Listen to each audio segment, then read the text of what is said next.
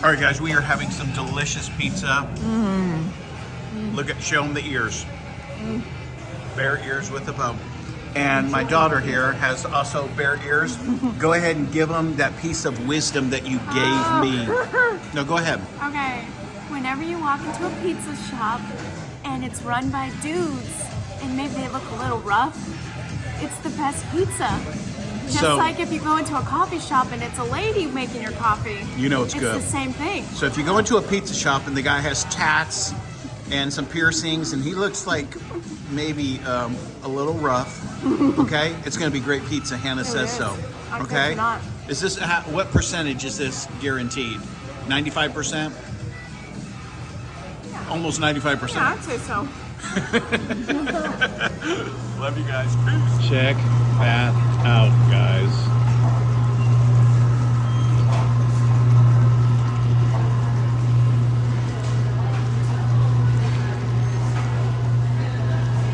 Makes you dizzy, but in a good way.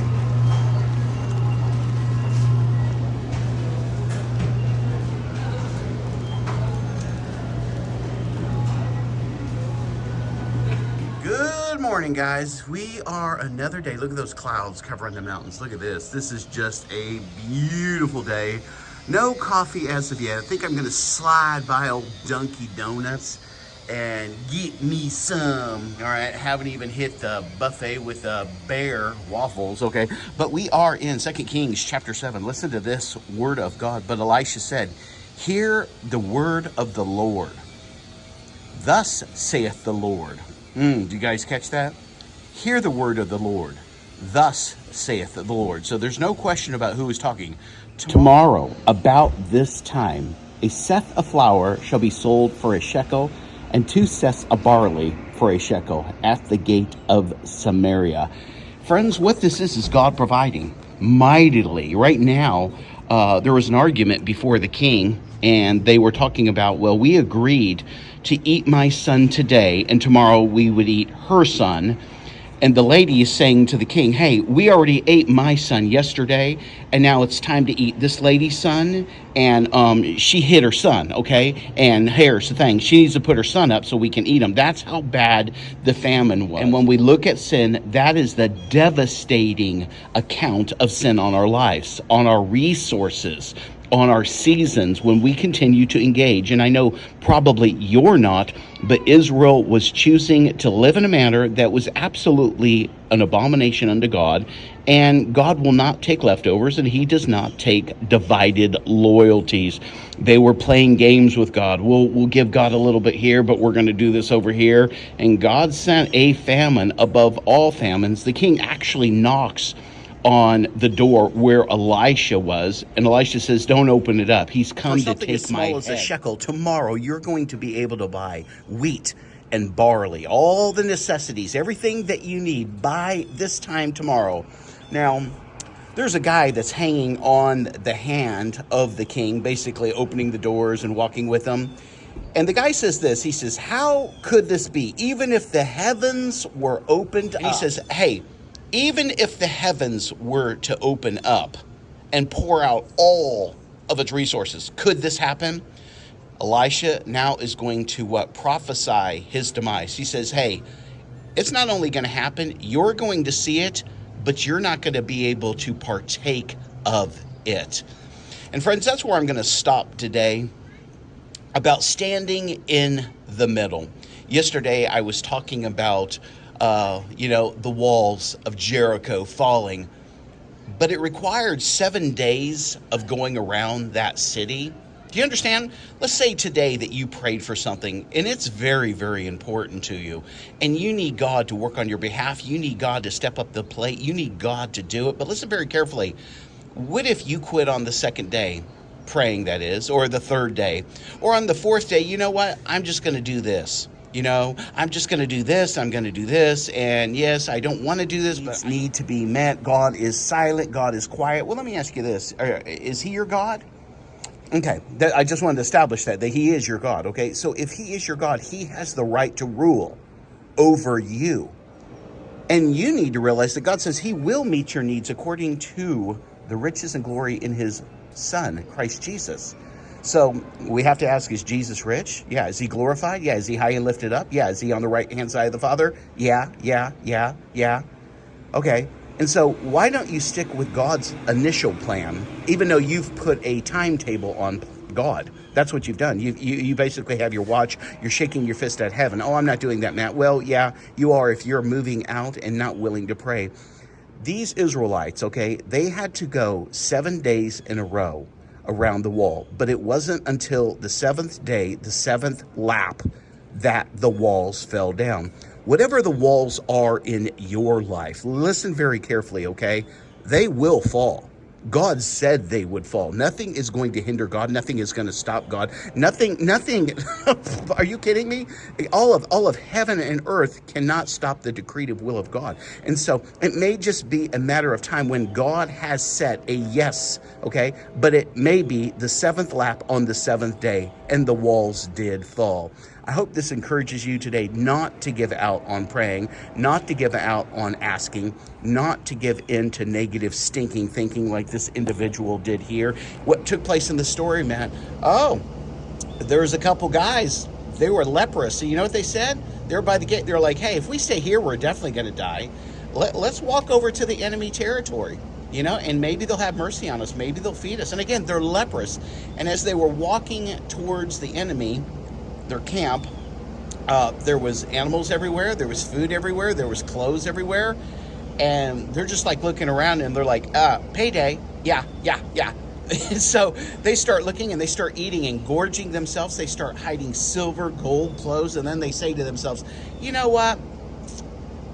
This is a great day for us. You know, this is a fantastic day, but I have a feeling that it's going to go against us if we don't share. And so they go back to Israel. They go to the town. They tell the guy, the gatekeeper, and he runs to the king. The king thinks it's a trick, that the enemy's hiding in the hills, hiding around the ravine, hiding around the rocks.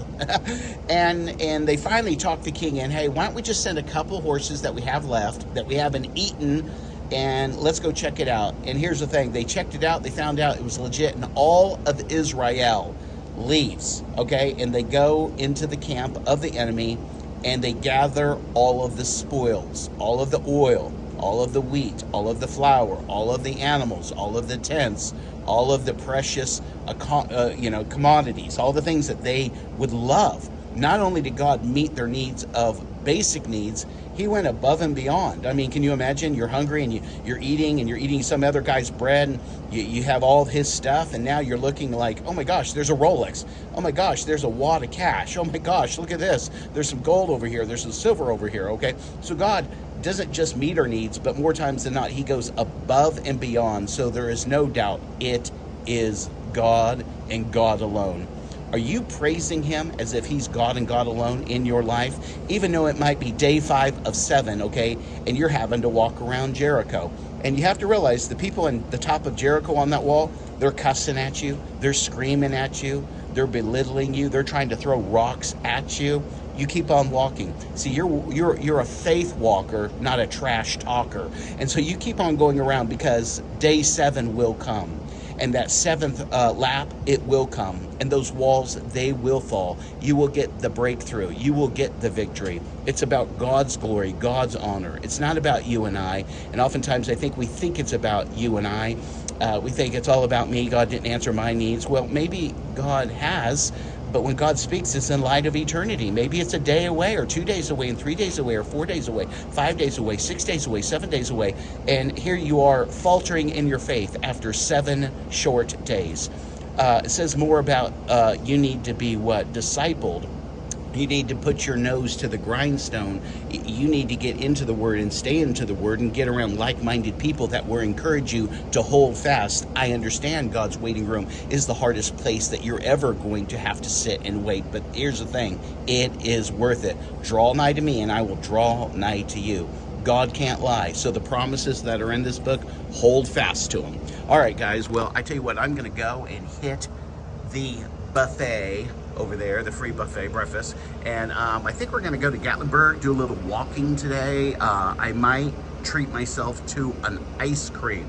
I'm not sure if I'm going to do that or not. Ice creams here are $10, and I'm just like, $10. I could get like, man, 3 gallons of gas for $10, but I might do it because my God's on the throne and He owns the cattle on 1,000 hills. Love you guys. Have a blessed day. Peace. All right, guys. It is Saturday night. It is almost 11 o'clock, and we are going to drive to Dollywood because they are having a midnight Light the Way 5K running through the park in the middle of the night, and both Tracy, my beautiful wife, and my daughter Hannah are going to be running.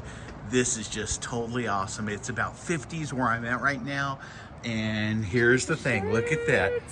Dollywood 5K 2025, Light the Way, baby. And so I have 2 members of the family in that, and maybe next year I can be getting it on. Who are these 2 young ladies running in the middle of the night at Dollywood? That's crazy. 24:12, 24:11, and there is the start sign. There's thousands of people out, and I tell you what, this is exciting. It's cool. It's crisp, guys. Hoorah! Tracy is gonna run 3-minute miles. Hannah thinks she can do a 2.5-minute mile and be the world record. And then guess what? All of our troubles are over. Every university in the world will be wanting my wife and daughter to go to their university and run the Olympics. Right, yeah. The Olympics, Tracy. That's what I see. See, I want to be modest and say, I just hope to finish. That's very modest. I like that. 2.5-minute mile? Hoping for 8s. All right, let's do 8s. 8s would be great. 8s would be great. Guys, there's thousands of people out here running in the middle of the night. Look at this. Is this not awesome? That's the start right there. And as far as the eye can see, people that can outrun me. Ooh, Hannah! Run! Woo! Woo! Woo! Doing it! Getting it done! Woo! In the midnight hour! Look at that girl right there! Woo! Woo! Woo! Woo! All right, guys, we are at the finish line at the Light the Way 5K. Look at Wonderful. Had this. another finisher come through. Congratulations. This is awesome. I love the hats, ladies. Love the is hats. Dolly's van. Her Come tour on in, bus. guys. Welcome to Smoky Mountain Christmas at Dollywood. Enjoy the lights. We'll see you at the finish line. Look at that. Good job. Beat last year's. Proud of you. When I saw you, I thought of a gazelle or a cheetah. Maybe a mountain lion or a cougar. So stealth going through the night. 4:11, 24:12. Oh, what is that? Light the Way 5K. 5K. Let me see. Is there 2 of them? You both ran through the line?